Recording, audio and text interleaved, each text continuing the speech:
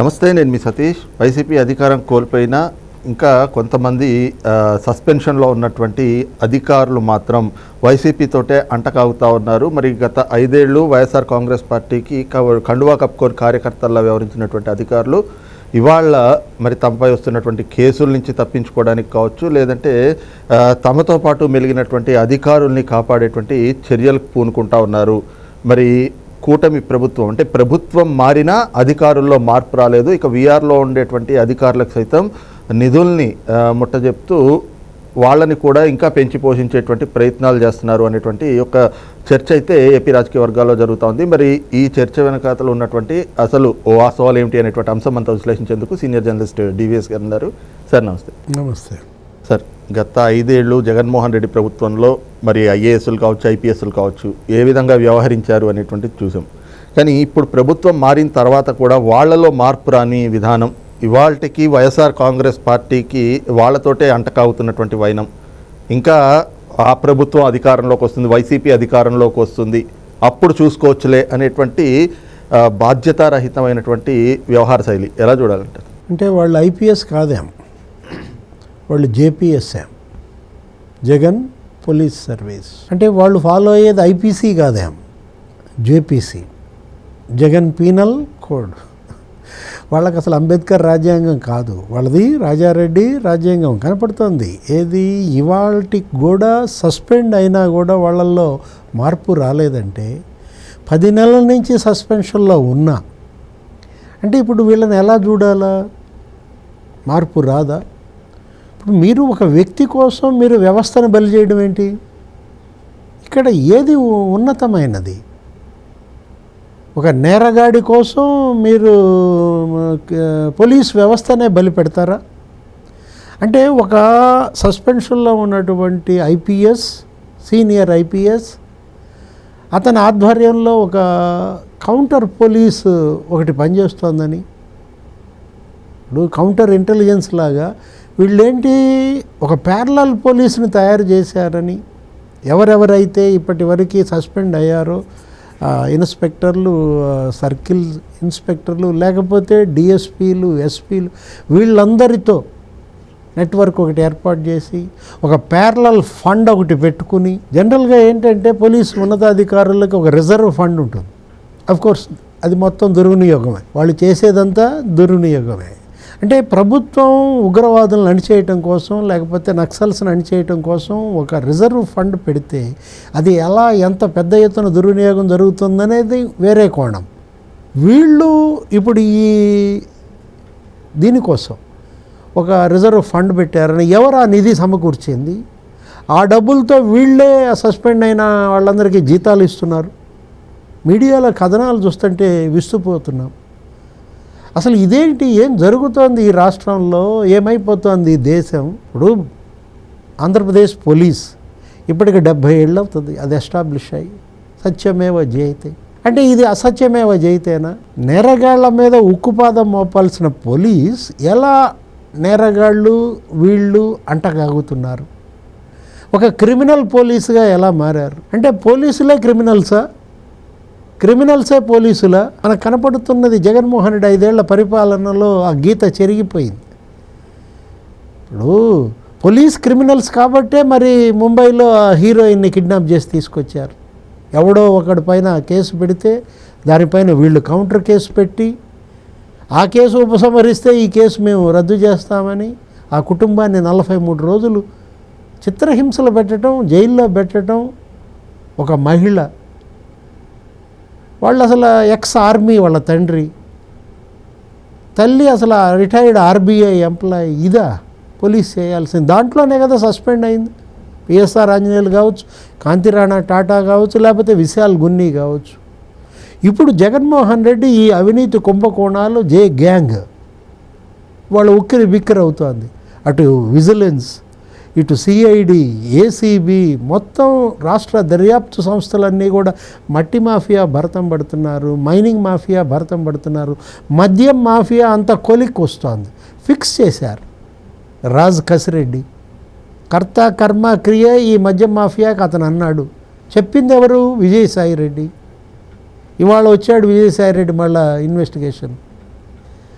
మొన్న వచ్చిందేమో కేవీ రావు కేసులో, ఆ కాకినాడ సజ్జు పోర్టు బలవంతంగా రాసుకున్న కేసులో. అక్కడికి వచ్చి బయటకు వచ్చి లిక్కర్ మాఫియా కర్త కర్మ క్రియ కసిరెడ్డి రాజు అన్నాడు. అప్పటి నుంచి రాజు అసలు పరారీ. ఎక్కడున్నాడు, ఏమయ్యాడు 10 రోజులు?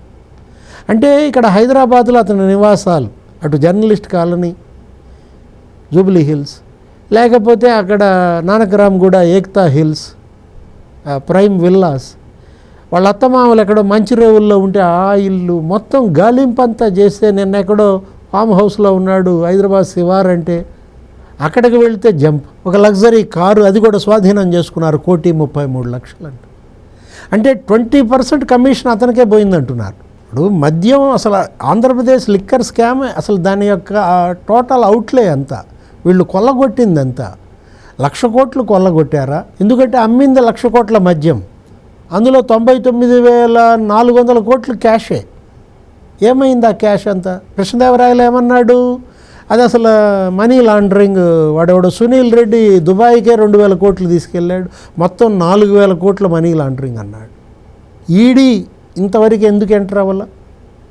బాధ్యతాయుతమైన సభలో ఒక ఉన్నత సభ్యుడు ఆరోపణ చేసినప్పుడు ఈపాటికే ఈడీ దానిపైన దృష్టి పెట్టాలి. అతను అమిత్ షాకి ఆధారాలు ఇచ్చారన్నారు. అసలు మనీ లాండరింగ్ జరిగింది 4,000 కోట్ల 40,000 కోట్ల? మనకెందుకంటే దగ్గర ఈ స్కామ్ ఇది 37,000 కోట్లు తినేశారంటున్నారు. సినిమాలు తీశారంట, కసిరెడ్డి రాజు ఏదో స్పై సినిమా తీశాడంట, ఇంకా ఒక 5-6 అడ్వాన్స్లు ఇచ్చాడంట. అంటే 20% అతని కమిషన్. అంటే రేపొద్దున మిథున్ రెడ్డి రమ్మన్నారు, మిథున్ రెడ్డి రేపు అరెస్టా? అంటే మిథున్ రెడ్డి వాళ్ళ నాది విచారణ ఆడియో వీడియో రికార్డింగ్ చేయమంటే హైకోర్టు సుతరాము ఒప్పుకోలేదు, ముందస్తు బెయిల్ తిరస్కరించింది, సుప్రీంకోర్టు ఆదేశించింది వెళ్ళి వాళ్ళకి సహకరించమని. ఇప్పుడు మిథున్ రెడ్డితో పాటు అతను కబ్జా చేసిన డిస్టిలరీల యజమానులు కూడా రేపు పిలిచారు, వాళ్ళంతా అప్రూవర్లుగా మరి చెప్తారా? ఇవాళ సాయి రెడ్డి ఇప్పుడు జరుగుతోంది, దగ్గర 100 ప్రశ్నలు అడుగుతున్నారు. పొద్దున 7:30కు వచ్చాడు, విజయవాడ ఏదో ప్రైవేట్ హోటల్లో ఉన్నాడు, 10:30కి అటెండ్ అయ్యాడు. నిన్న రావాల్సినట్టు రాలా, ఇవాళ వచ్చి మరి గుడ్ ఫ్రైడే ముహూర్తం బాగుంది, క్రీస్తు పలికిస్తాడా? అంటే మొత్తం వాస్తవాలు బయట పెడితే విజయసాయి రెడ్డి ఈరోజు అతను బయటకు వచ్చి మీడియాతో ఏం చెప్తాడు? కర్త కర్మ క్రియ మిథున్ రెడ్డి అంటాడా? అంటే మిథున్ రెడ్డి పరారవుతాడా? రేపు విచారణకు అతను అటెండ్ అవుతాడా? లేదు కర్త కర్మ క్రియ అసలు జగన్ రెడ్డే అని బయట పెడతాడా? ఇప్పుడు విజయసాయి రెడ్డి నోరు ధరిస్తే వీళ్ళంతా లోపలికే. అతను ఆల్రెడీ ఇవాళ సాక్షిగా వస్తున్నాడు, అతను వస్తుంది నిందితుడిగా కాదు, అప్రూవర్గా మారినట్టు మనకు కనపడుతున్న నేపథ్యంలో ఇప్పటికే అప్రూవర్గా మారిన వాసుదేవరెడ్డి మొత్తం చెప్పేశాడని, ఆ తర్వాతే అతను ఇక్కడి నుంచి రిలీవ్ అయి వెళ్ళాడని. అంటే వాసుదేవరెడ్డి విజయసాయిరెడ్డి మొత్తం లిక్కర్ మాఫియా గుండెల్లో రైళ్లు బరిగిస్తున్నారా? ఇవాళ జగన్మోహన్ రెడ్డి ఏంటి, వాట్ నెక్స్ట్?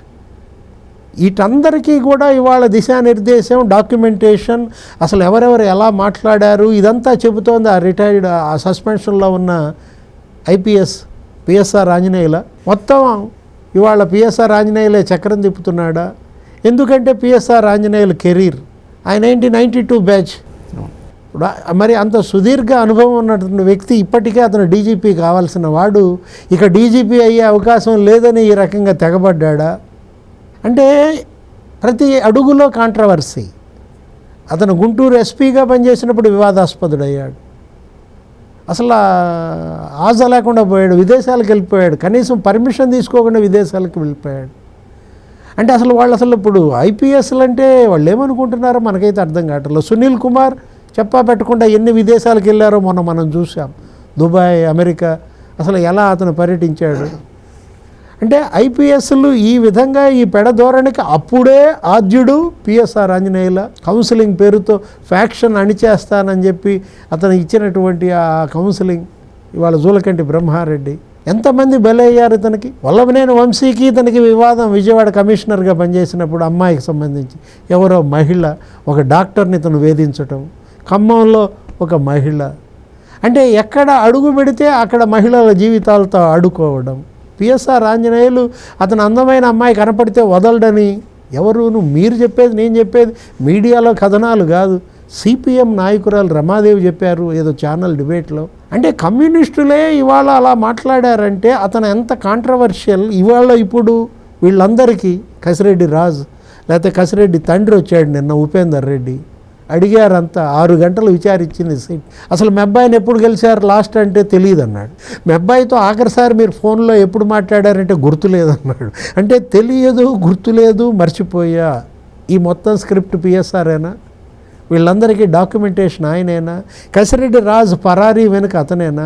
ఎవరెవరు ఎలా పరారవ్వాలి అంటే పోలీసులు ఎవరెవరు అమరావతిలో బయలుదేరారు, హైదరాబాద్ ఎప్పుడు వచ్చారు, జర్నలిస్ట్ కాలనీకి ఎప్పుడు వెళ్ళారు, నానక్రామ్ గూడ మీద ఎప్పుడు దాడి చేస్తున్నారు, మంచిరేవులు వస్తున్నారు, ఈ సమాచారం అంతా వీళ్ళే ఇస్తున్నారా?